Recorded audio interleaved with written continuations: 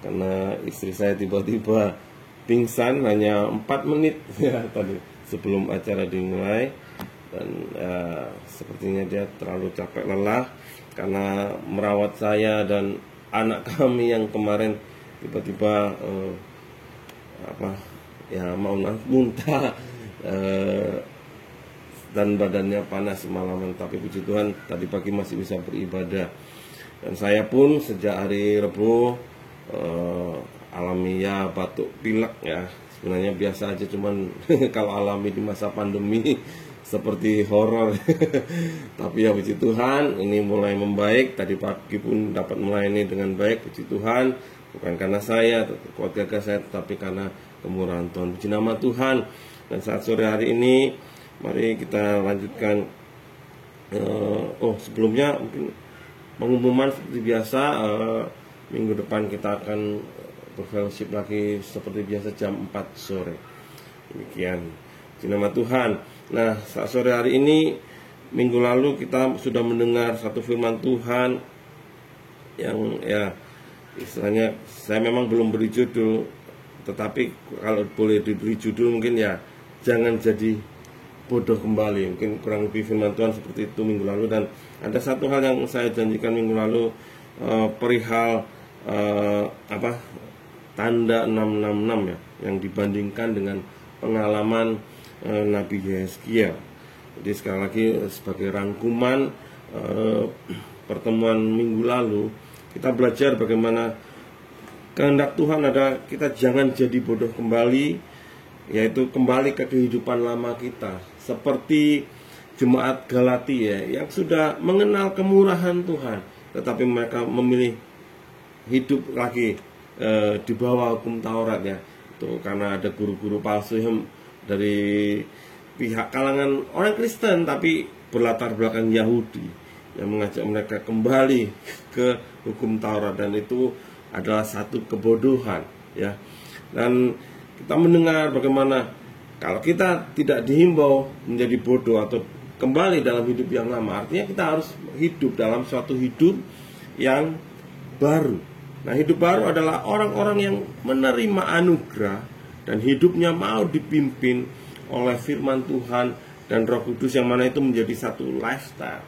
Dan kita mendengar minggu lalu bahwa target dari orang yang hidup baru adalah menjadi manusia yang 100% pikiran atau kehendaknya serta tindakannya itu ditundukkan kepada Tuhan ya. Itulah mengapa pengurapan minyak itu dilakukan dari atau di atas kepala, karena Roh Kudus itu harus menguasai hati atau pikiran manusia. Itu kehendak Tuhan, itu target Tuhan. Jadi 100% pikiran kehendak kita harus ditundukkan kepada Tuhan. Itulah pengalaman Yeskiel dalam Yeskiel pasal 47, khususnya ayatnya yang kelima, ketika dia sudah mengerti bagaimana ketika Tuhan sudah mengukur 1000 hasta lagi, kehendak Tuhan adalah dia masuk ke dalam. Kalau 3 kali sebelumnya, pengalaman sebelumnya, dia harus dibawa atau dituntun untuk masuk ke dalam sungai, tetapi pengukuran yang keempat, Yeskiel tahu saya harus masuk dan dia masuk ke dalam sungai yang dikatakan sudah tidak terseberangi lagi. Nah, itulah orang yang sudah tidak dapat lagi melawan derasnya arus ya, kehendak atau pimpinan Roh Kudus, sehingga sungai itu tidak bisa dia seberangi. Meskipun mungkin Yeskiel jago berenang, tapi kita mendengar minggu lalu sudah tidak bisa lagi. Itulah orang yang 100% pikiran kehendaknya ditundukkan pada kehendak Tuhan. Dan ayat 6 dari Yeskiel pasal 47 katakan dia disuruh untuk memperhatikan dengan seksama pengalamannya. Nah, sehingga itu mengandung pesan buat kita. Kita pun harus memperhatikan dengan seksama pengalaman Yeskiel, bagaimana Tuhan kehendaki bahwa kita pun sampai pada pengalaman seperti Yeskiel, yang saya katakan sebagai pengalaman kepekaan rohani, yang dimana tanpa disuruh pun kita sudah dengan sukacita mengerti dan mengikuti pimpinan Roh Kudus. Itu berarti kita sedang menyenangkan hati Tuhan, kita sedang mencari atau mendapatkan perkenanan Tuhan ya. Jadi Yeskiel berhasil ya 100% pikiran dan atau kehendaknya itu ditundukkan kepada Tuhan. Nah, hal yang berbanding sebagai perbandingan dengan pengalaman Yeskel, katakan minggu lalu, itu akan terjadi nanti di akhir zaman. Tanda 666 yang diberikan oleh Antikris. Ya, kalau sedikit membandingkan, ya, jadi pengalaman Yeskel sekali lagi seharusnya menjadi pengalaman juga buat kita orang-orang percaya, dan pengalaman kita ini akan kita bandingkan dengan apa yang akan dialami oleh orang-orang yang justru tertinggal pada zaman Antikris, ya, orang-orang yang tidak masuk atau tidak ikut dalam penyingkiran oleh sayap burung Nasa, yang tertinggal sehingga harus masuk pada zaman atau pemerintahan Antikris, ya. Kalau berdasarkan kitab Matius pasal 25 kita tidak akan baca, tetapi di situ ada 3 perikop. Dan secara garis besarnya berdasarkan Matius pasal 25 itu, maka pada zaman Antikris sebenarnya akan ada 2 golongan atau 2 kelompok orang yang tertinggal, ya. Ini di luar orang Yahudi tentunya. Nah, yang pertama adalah orang percaya tapi bodoh atau jahat. Itulah gadis-gadis bodoh. Itulah hamba dengan 1 talenta yang Tuhan katakan, yang Tuhan yang katakan sebagai hamba yang jahat. Mereka lah yang akan masuk pada zaman Antikris. Dan yang kedua adalah orang yang memang dari awal tidak percaya, yang dalam Matius pasal 25 itu dikatakan sebagai, digolongkan sebagai kambing. 2 golongan orang inilah yang akan masuk dalam pemerintahan Antikristus. Nah, dalam Wahyu pasal yang ke-13, Wahyu pasal 13 ayatnya yang ke-16, Wahyu pasal 13 ayatnya yang ke-16 katakan, dan ia menyebabkan sehingga kepada semua orang kecil atau besar, kaya atau miskin, merdeka atau hamba, diberi tanda pada tangan kanannya atau pada dahinya. Jadi ini terjadi pada zaman Antikris. Dan siapa yang memberikan ini? Kalau dikatakan iya, nah kita melihat di ayat yang ke-11, itu adalah seekor binatang lain yang keluar dari dalam bumi. Dan ini sebenarnya bukan Antikris itu sendiri, karena kalau Antikris itu ada di ayat yang pertama, yang mana seekor binatang keluar dari dalam laut. Itu Antikris. Kalau pasal 12 itu berbicara naga itu berbicara tentang iblis. Nah, jadi ini siapa? Ini adalah binatang lain yang keluar dari bumi, dalam bumi, ayat 11 ini katakan. Dan ayat 16 tadi bilang, dialah yang akan memberi tanda pada tangan kanan atau pada dahi bagi semua orang. Ya, itu adalah nabi-nabi palsu.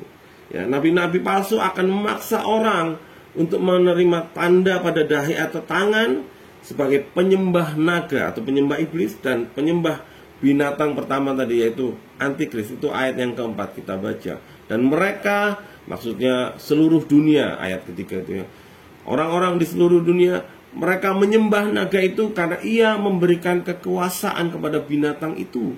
Dan mereka menyembah binatang itu sambil berkata, siapakah yang sama seperti binatang ini, dan siapakah yang dapat berperang melawan dia? Jadi seluruh dunia, dan memang itu kita tahu bukan seluruh dunia ya, maksudnya karena ada orang-orang Yahudi, ada juga orang Kristen yang harus bertahan dengan imannya, ya. Tetapi di luar itu mereka dikatakan akan menyembah naga dan binatang itu, jadi menyembah iblis dan Antikris. Tentu kita ingat kenapa iblis sampai dibuang dari surga. Karena keinginannya adalah ingin disembah seperti Allah disembah, bukan. Jadi memang itulah tujuan iblis. Ya, jadi ingat juga ketika Yesus berpuasa, bukan. Jadi salah satu yang ditawarkan iblis adalah, ya kalau Yesus mau menyembah iblis, maka dia akan berikan segala kemuliaan dunia kepadanya. Tapi Yesus tidak mau. Nah, kita melihat itulah yang akan terjadi pada zaman Antikris. Namun, ya, karena kan minggu lalu saya sempat mengatakan sedikit bahwa buat saya, walaupun saya sudah mengerti dan mendapat pelajaran bahwa besar kemungkinan tanda 666 ini adalah berupa chip, ya. Itu yang pernah diajarkan. Namun karena ini sifatnya tafsiran, maka tentu saya boleh dong juga memiliki satu tafsiran berdasarkan apa yang Tuhan beri, maupun juga pengajar-pengajar lain yang mengajar saya juga, khususnya di sekolah Alkitab Pantai Kosta. Nah, kemudian saya coba bandingkan dengan apa yang tertulis dalam Alkitab. Maka sebenarnya berdasarkan surat 1 dan 2 Yohanes, itu roh antikris itu telah ada sejak dulu. Mungkin kalau Bapak Ibu Saudara bersama dengan saya sedang membuka Alkitab elektronik, ya, kalau saya pakai Android, ketik saja kata antikristus nyambung gitu, maka kita akan mendapati 4 kali antikristus ini disebutkan dalam suratan Yohanes. 3 kali di surat 1 Yohanes dan 1 kali di suratan 2 Yohanes. Nah, Antikristus itu telah ada sejak dahulu rohnya. Saya bacakan contohnya di ayat yang 1 Yohanes pasal 2 ayat 18. Firman Tuhan katakan, anak-anakku, waktu ini adalah waktu yang terakhir, dan seperti yang telah kamu dengar, seorang antikristus akan datang. Sekarang telah bangkit banyak antikristus. Itulah tandanya bahwa waktu ini benar-benar adalah waktu yang terakhir. Nah, tentu kita harus mengerti ini. Mohon maaf. Ya, kita harus mengerti ini dari sudut pandang Yohanes sebagai penulis. Dia menulis ya abad pertama lah gitu ya. Dia menulis, dia katakan loh, seorang antikristus akan datang. Nah, akan. Nah, itu berbicara di penghujung akhir zaman, 3,5 tahun itu. Tetapi dikatakan selanjutnya sekarang. Jadi saat dia menulis telah bangkit banyak antikristus. Jadi sejak zaman Yohanes menulis suratnya pun sudah ada antikristus. Yang kita tahu kalau dalam 1 Yohanes pasal 4 ayat 3 itu adalah roh antikristus. Jadi antikristus, roh antikristus itu sudah ada sejak zaman dulu. Ya, yang mana pada intinya antikristus itu adalah, kalau kita membaca di suratan Yohanes ini, antikristus atau rohnya antikristus adalah tujuannya membuat orang tidak mau mengakui Yesus sebagai Tuhan. Itu pokoknya yang tidak mengaku Yesus sebagai Tuhan, ya, Yesus datang dari Allah, tidak mengaku, itu adalah roh antikristus. Ya, jadi roh antikristus akan membuat orang juga tidak akan menyembah Tuhan Yesus. Ya, itulah yang dikerjakan oleh antikris dari dulu. Bahkan sampai nanti di masa pemerintahan antikristus, itu yang kita baca tadi, justru yang akan terjadi adalah orang akan dibawa untuk menyembah iblis dan antikristus itu sendiri. Nah, itu kerjaannya nabi-nabi palsu. Siapa nabi-nabi palsu? Tak lain tak bukan siapapun yang membawakan, menyampaikan firman, dan khususnya yang memiliki poin tidak mengakui Yesus sebagai Tuhan. Itulah roh antikris. Sehingga di ayat yang 18 ketika dikatakan tanda yang diberikan itu adalah berupa bilangan 666. Itu adalah tanda di mana orang tersebut sudah tidak mau lagi dipimpin dalam kebenaran. Ingat, target orang hidup baru adalah 100% pikirannya itu dipimpin oleh Roh Kudus. Nah, kalau orang tidak mau lagi dipimpin dalam kebenaran, tidak mau dipimpin oleh Roh Kudus kan yang membawa kepada kebenaran, artinya 0%. Tidak ada sedikit pun keinginan untuk ya dipimpin dalam kebenaran. Kalau guru saya seorang senior di Gereja Pantai Kosta di Indonesia, ya, ada yang panggil Opa atau kalau saya sebut Om, ya, Om Jeff Hammond, ya, dia mengajarkan bahwa 666 itu adalah angka penyerahan total. Jadi 100% tubuh, jiwa, roh itu tunduk atau diserahkan kepada dosa. Bahkan dalam nuraninya tidak ada lagi keinginan akan Tuhan. Itulah tanda 666 yang sebenarnya. Ya, orang tidak mau lah, karena sudah 100% hidupnya diserahkan kepada dosa. Ya, tidak mau lagi dipimpin, dibalikkan kepada kebenaran. tidak mengherankan, karena terkait soal nama antikris itu sendiri ya, kalau kita coba baca dalam 2 Tesalonika pasalnya yang kedua ayatnya yang ketiga, firman Tuhan katakan, janganlah kamu memberi dirimu disesatkan orang dengan cara yang bagaimanapun juga. Sebab sebelum hari itu, maksudnya sebelum pemerintahan antikris itu, haruslah datang dahulu murtad, dan haruslah dinyatakan dahulu manusia durhaka yang harus binasa. Jadi inilah salah satu sebutan atau nama gelar bagi antikristus, yaitu manusia durhaka. Saya lihat beberapa terjemahan Indonesia memang lebih condong pakai kata durhaka. Ya, pernah saya coba cek di Kamus Besar Bahasa Indonesia, durhaka itu punya pengertian orang yang ingkar, ya, ingkar, tidak mau menurut lagi terhadap perintah, tidak setia pada kekuasaan yang sah, yang mana kita ketahui itu adalah Tuhan. Jadi antikris ini tidak mau lagi ya tunduk ya pada Tuhan, ya, padahal tahu kebenaran, tahu yang benar yang mana, tapi memilih tidak mau tunduk. Itulah yang saya katakan minggu lalu sebagai orang fasik. Orang fasik adalah orang yang tahu perintah Tuhan tapi tidak peduli, ya, tidak mau mengamalkan, ya, kalau kata KBBI, perintah Tuhan. Itulah orang yang penuh dengan kefasikan hidup. Itulah antikristus, ya. Sekali lagi, antikris ini bukan makhluk seperti mereka, tapi dia sama seperti kita. Dia adalah manusia sebenarnya, ya, yang dulunya banyak yang percaya bahwa dia itu kenapa disebut antikristus, karena dia dulu adalah Kristusan urapan. Dia dulunya adalah seorang yang dipakai Tuhan, diurapi, tetapi kemudian berbalik menjadi anti. Sehingga dalam kitab Maju katakan, orang-orang yang seperti inilah yang akan memahitkan banyak orang percaya. Bintang Absintus itu memahitkan orang percaya. Jadi kita makanya saya bersyukur punya orang tua yang selalu ingatkan kita tidak boleh ya mengkultuskan seorang hamba Tuhan siapapun dia, ya. Bahkan orang tua saya katakan kepada saya sendiri, bahkan papa pun jangan. Karena hamba Tuhan biar bagaimanapun masih seorang manusia yang entah kapan, kalau waktu timingnya iblis pas, seperti Daud yang walaupun sudah berkuasa roh Tuhan sejak dia diurapi, hidupnya dipengaruhi oleh kuasa Roh Kudus, tetapi ada saat dia lemah, dia jatuh dalam dosa. Kalau itu terjadi pada hamba Tuhan yang kita kultuskan, betapa kita akan menjadi kecewa, betapa kita akan bisa jadi ngapain juga hamba Tuhan saya kagumi juga masih hidup dalam dosa. Kita kan bisa jadi lemah, tersandung. Karena itu kita harus ya menomorsatukan Tuhan saja, mengidolakan Tuhan saja dalam hidup kita. Puji nama Tuhan.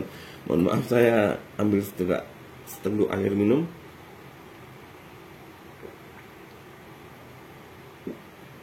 Haleluya. Puji Tuhan. Memang karena udah lama tidak alami flu batuk jadi cepat kering ya. Puji nama Tuhan.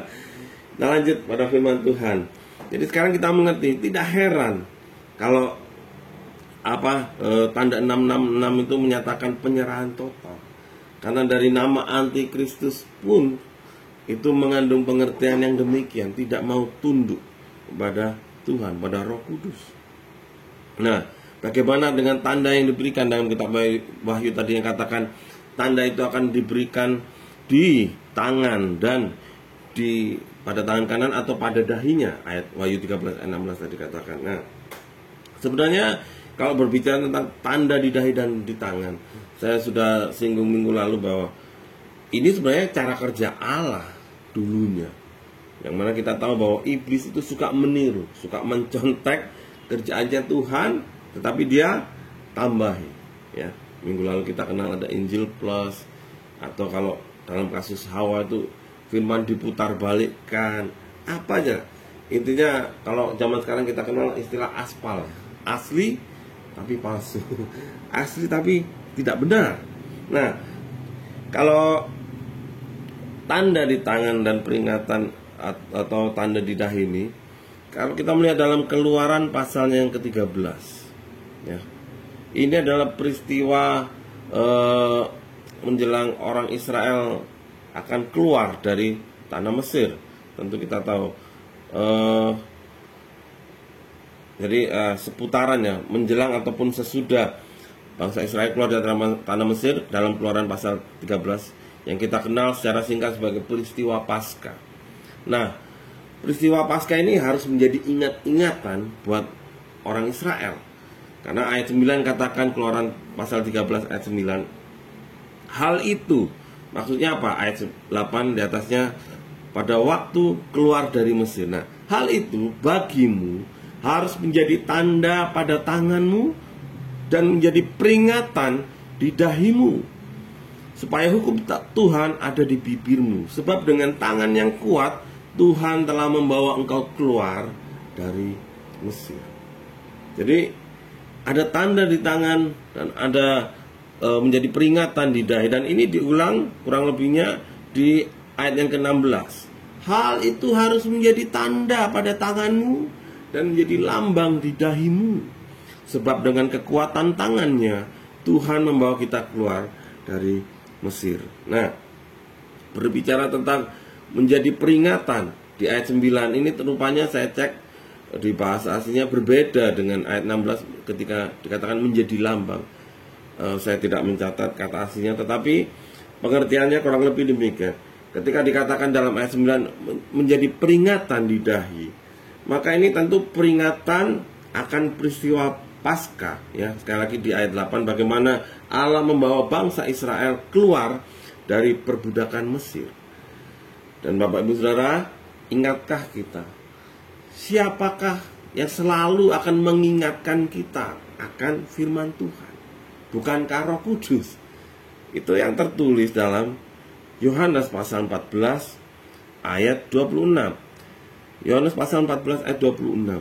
Tetapi penghibur, yaitu Roh Kudus, yang akan diutus oleh Bapa dalam namaku, dialah atau Roh Kuduslah yang akan mengajarkan segala sesuatu kepadamu, kepada kita, dan akan mengingatkan kamu akan semua yang telah kukatakan kepadamu. Jadi akan mengingatkan murid-murid akan semua firman yang dikatakan Yesus, akan mengingatkan kita orang-orang percaya akan setiap firman yang sudah pernah kita baca maupun dengar. Itulah peranan Allah Roh Kudus, mengingatkan. Tanda peringatan ada di dahi. Itulah peran Roh Kudus yang harus menguasai dahi atau menguasai kepala kita, supaya kita ingat terus akan firman Tuhan. Dan kembali ke kitab Keluaran tadi, kalau di ayat 16 menjadi lambang di dahi. Nah, ini sebenarnya lebih condong ke, kalau saya tidak salah ingat ya, di terjemahan lama ya, dituliskan sebagai suatu jamang. Nah, jamang, kalau mohon maaf saya buka di KBBI,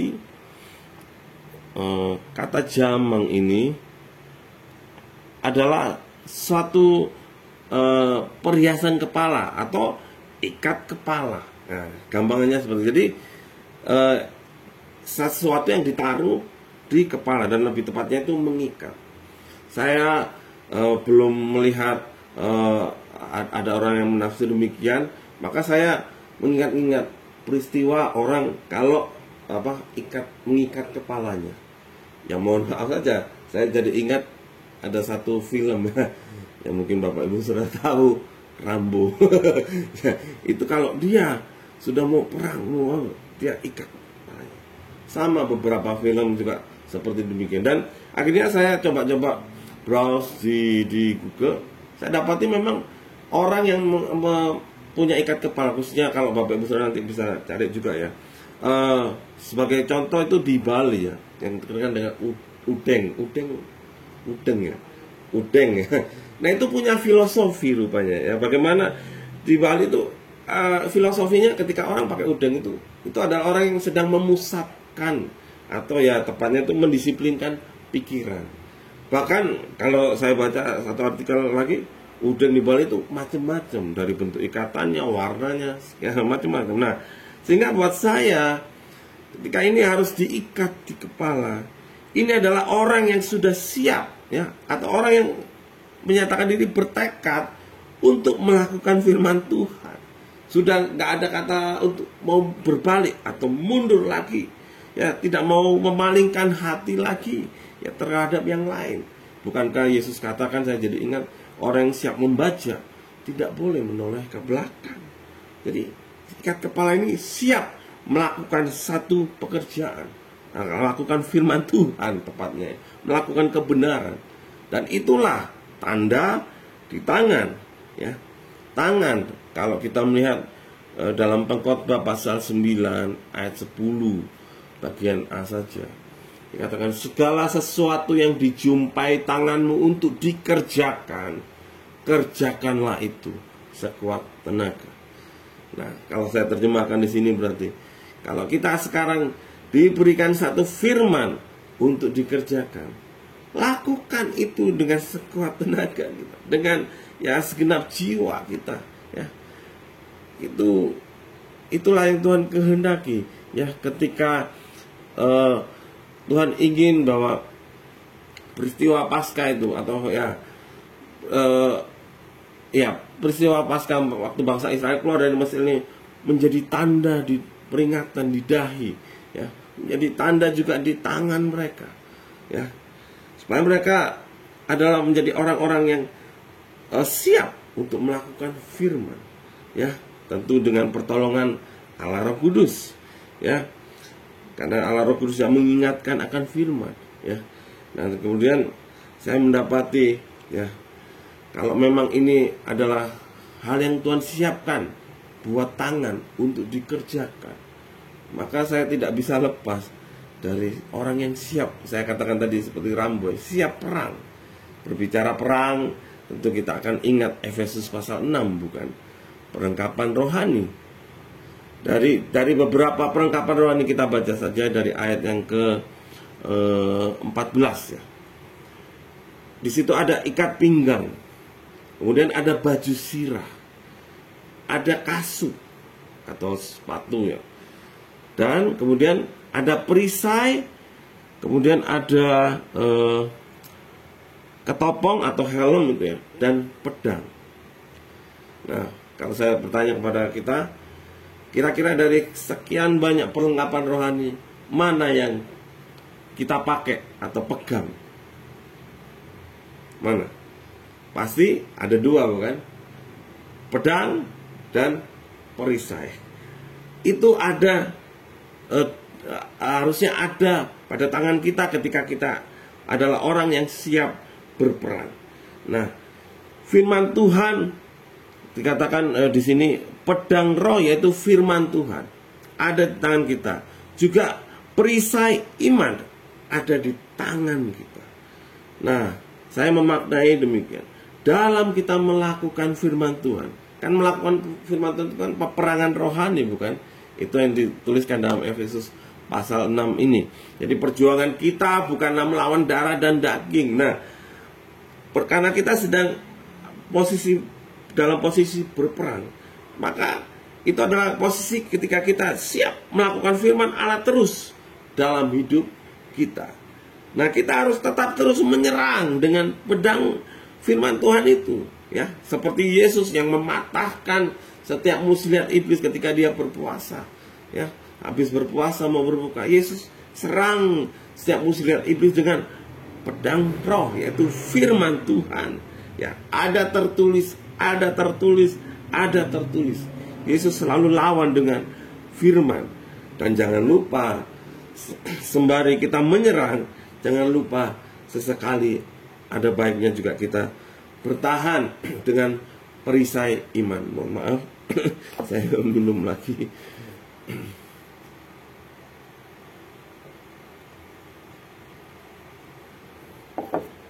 Haleluya, puji nama Tuhan. Jangan lupa, sembari menyerang dengan pedang roh atau firman Tuhan itu, kita harus juga bertahan dengan perisai iman kita. Kapan akan kita gunakan perisai iman itu? minggu lalu kita mendengar pengalaman lembah kelam, Mazmur pasal 23 ayat 4. Ya, ketika kita alami pengalaman lembah kelam, ketika kita alami berbagai kesulitan hidup, ketika kita berbuat baik, ternyata yang kita dapati adalah hal yang tidak mengenakan secara daging. Ya, Ayub dalam kesalehannya justru mendapatkan hal yang pahit. Ya, itu semua ingat atas izin Tuhan. Dan iman itulah yang akan menjaga kita, mengingatkan kita ini adalah sesuatu yang diizinkan Tuhan. Karena Tuhan tidak mencobai kita lebih daripada yang dapat kita tanggung. Ya, bahkan Tuhan sendiri tidak pernah mencobai. Itu hanya iblis saja yang Tuhan izinkan. Nah, itulah peran iman. Ya, itulah juga peran Roh Kudus sebenarnya. Mengingatkan kita terus dan kita beriman. Ya, dalam segala yang saya alami ada Tuhan beserta. Kita mendengar juga minggu lalu, iman Hananya, Misael, Azaria itu pula yang membuat mereka merelakan diri masuk dalam dapur api yang menyalanya, perapian yang menyala, yang sudah dipanaskan 7 kali. Mereka tidak ragu, mereka tidak takut dalam pengalaman lembah kelam, karena mereka tahu mereka punya iman yang sungguh dalam Tuhan. Dan itulah iman yang dilihat oleh Tuhan yang menyelamatkan mereka. Dan itulah iman yang Tuhan cari di antara kita di penghujung akhir zaman ketika Yesus datang nanti. Adakah ia mendapati iman di bumi? Jadi bukan iman yang ya iman yang taunya berkat, nah gitu ya. Iman yang taunya kalau berdoa minta pasti diberi apa? Bukan iman itu. Tapi iman yang minggu lalu kita sudah dengar, yang seperti Hananya, Misael, Azaria katakan, walaupun Tuhan tidak tolong, walaupun, kalau saya terjemahkan bebas, walaupun Tuhan tidak berkati, kami tetap tidak akan melakukan hal yang Tuhan tidak mau. Tetap tidak mau melakukan dosa. Itulah iman yang benar, iman yang sesungguhnya. Karena itu Bapak Ibu Saudaraku yang kasih dalam Tuhan, teruslah berjuang dalam iman. Terus berjuang dalam iman. Bapak Ibu Saudara, kami pun berjuang terus dalam iman. Ya.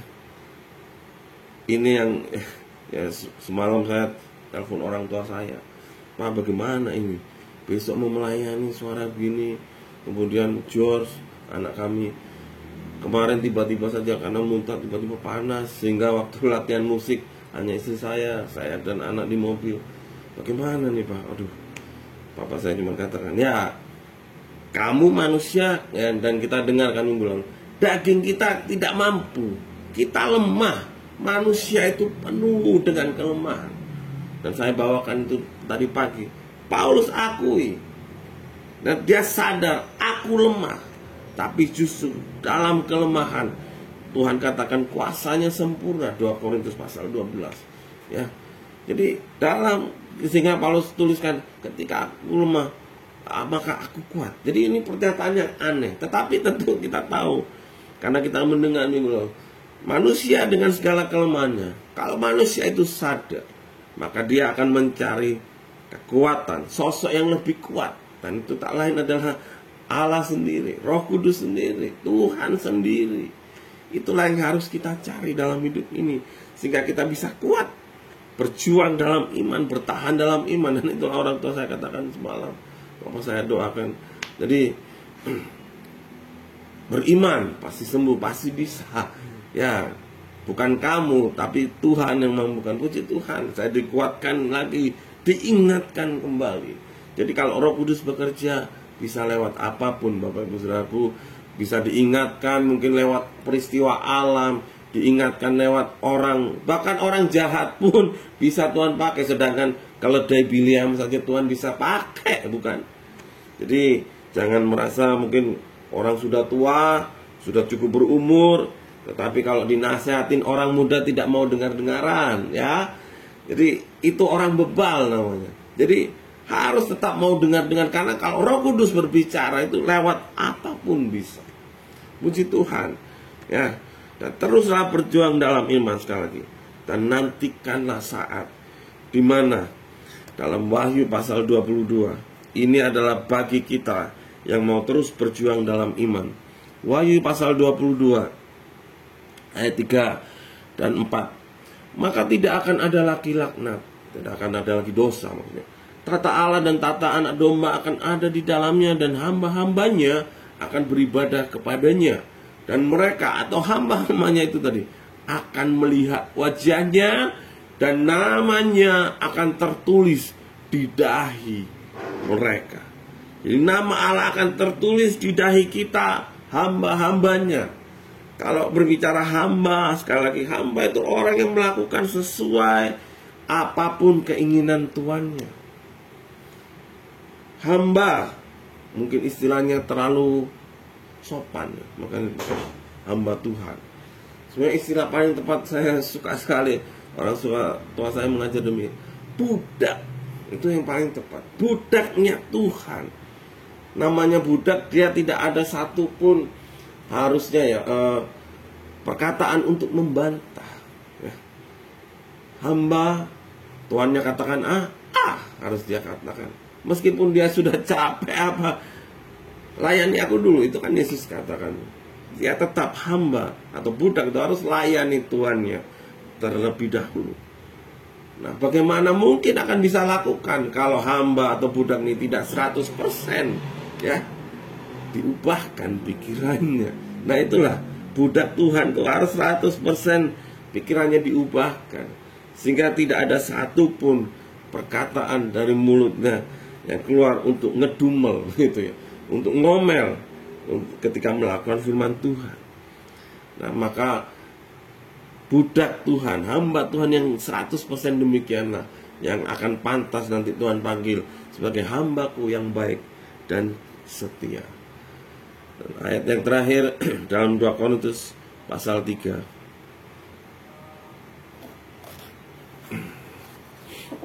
2 Korintus pasal 3 kita akan membaca satu ayat pada ayatnya yang ketiga. Karena telah ternyata bahwa kamu adalah surat Kristus yang ditulis oleh pelayan kami, ditulis bukan dengan tinta, tetapi dengan roh dari Allah yang hidup, bukan pada loh-loh batu, melainkan pada loh-loh daging, yaitu di dalam hati manusia. Jadi Roh Kuduslah yang akan menuliskan hukum atau kehendak Tuhan itu pada loh hati atau pikiran manusia. Jadi ketika kita menyerahkan diri hidup dipimpin oleh Roh Kudus, maka akan diawali dengan ini, yaitu firman-Nya itu akan diukir ya dalam pikiran kita. Ukiran itu kan sesuatu hal yang permanen, bukan? Itu yang saya katakan tadi, ketika mengikat kepala itu tanda orang yang sudah siap, tidak menoleh ke belakang lagi ya.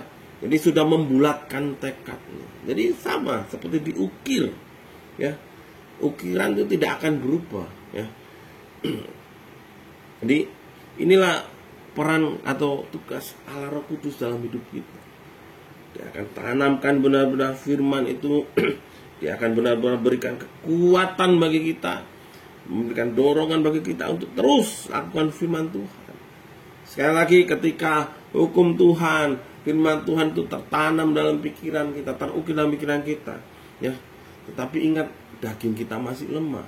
Sehingga Paulus katakan seringkali ya kita itu atau dirinya melakukan apa yang tidak dikehendaki. Ya benar. Makanya Yesus katakan, roh penurut tetapi daging lemah. Karena menyadari daging lemah. Karena itu jangan mengandalkan kekuatan manusia. Itu saya sampaikan tadi pagi. Karena firman Tuhan katakan, terkutuklah orang yang mengandalkan kekuatannya ya, kekuatan manusia. Tapi sebaliknya seperti Paulus ya, pengalaman Paulus justru karena dia sadari dia lemah, tapi dia yakin, dia imani, justru itulah saat dimana dia kuat. Bukan karena dirinya, karena dirinya lemah, tapi karena kekuatan Tuhan dalam hidupnya. Kekuatan Allah Roh Kudus yang membuat kita sanggup melakukan setiap firman Tuhan dalam hidup kita. Puji nama Tuhan, Bapak Ibu Saudara yang kasih dalam Tuhan. Kiranya firman Tuhan yang yang saya bawakan secara sederhana ini boleh memberkati kita, boleh mengingatkan kita kembali, inilah kehendak Tuhan yang sesungguhnya, yang sebenarnya dalam hidup kita. Kita menjadi orang yang 100% ya, memberi hidup kita dalam pimpinan Roh Kudus. Nah, makanya saya sangat yakin bukan persoalan chip yang akan diterima oleh orang-orang yang tertinggal pada masa pemerintahan antikristus. Karena faktanya sudah sejak zaman Yohanes, bahkan sejak zaman Yohanes menulis, roh antikristus itu sudah ada. Ya. Jadi roh antikristus itu sudah mulai membawa orang menyimpang dari iman, tidak mengakui Yesus sebagai Tuhan. Ya. Sehingga pada saatnya tepat, ketika orang benar-benar tidak ada hati lagi terhadap Tuhan, terhadap firman, saya tidak mau lagi bertobat kembali kepada Tuhan, itulah orang yang sudah menerima tanda atau meterai 666 itu di dahi dan di tangannya. Ya. Saya memang menanyakan contoh di guru di sekolah kita Pantekosta. Saya lupa kepada guru siapa, apakah ke Om Jeff ini atau siapa, saya lupa. Saya tanyakan, memang kan di satu sisi kita tidak boleh menghakimi ketika orang meninggalkan imannya gitu ya, karena mungkin karena tawaran karir lah atau apa, orang tinggalkan imannya ya. Istilahnya ya gampang itu KTP-nya berubah agamanya gitu, berubah agama. Terus apakah kita bisa bilang dia, wah dia sudah hilang keselamatan? Tentu kita tidak bisa memvonis dia, bukan. Kalau dalam hati kecilnya masih ada ya kerinduan untuk kembali, sebenarnya ya tidak bisa kita katakan dia sudah hilang keselamatan. Ya, makanya ya bagus Tuhan katakan kita tidak boleh menghakimi, tetapi kita harus menjaga diri kita lah setidaknya. Ya, dengan firman Tuhan yang kita dengar, kita mengerti bahwa kita jangan sampai pada pengalaman itu. Karena itu ya daripada bermain-main dengan dosa, lebih baik kita bermain-main dengan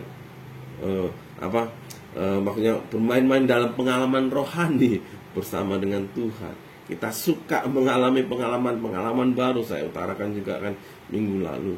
Jangan sampai menjadi orang-orang seperti gadis-gadis bodoh yang tidak mau mengalami pengalaman rohani yang baru. Pengetahuan yang lama, firman yang lama, sehingga mereka pun tak luput masuk dalam masa antikris. Nama Tuhan, saya percaya Roh Kudus akan memeteraikan dan memberi pengertian kepada kita lebih lanjut akan kehendaknya dalam hidup kita. Nama Tuhan, mari kita akhiri fellowship kita ini dengan sama-sama kita menyatukan hati kita dan berdoa. Haleluya, haleluya. Tuhan Yesus Allah Bapa kami yang baik, saat sore hari ini kembali kami mengucapkan syukur kepada Tuhan. Kasih kemurahan Allah berlaku kembali dalam hidup kami. Kami melihat pertolongan campur tangan Allah dalam fellowship kami. Kami boleh melihat bagaimana Engkau baik Tuhan.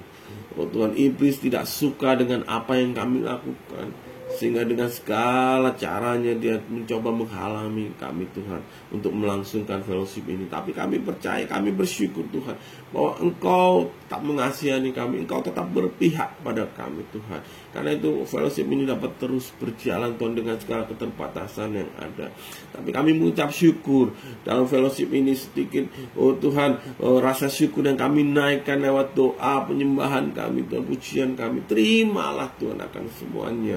Dan kami bersyukur juga dalam fellowship ini kami boleh belajar kembali akan firman-Mu yang mengingatkan kami Tuhan akan pentingnya kami menyerahkan hidup kami, khususnya pikiran kami ini Tuhan, sepenuhnya dalam pimpinan Roh-Mu Tuhan. Mampukan kami Tuhan, mampukan kami, dan ingatkan bahwa kami ini adalah manusia yang lemah Tuhan. Kami terbatas Tuhan.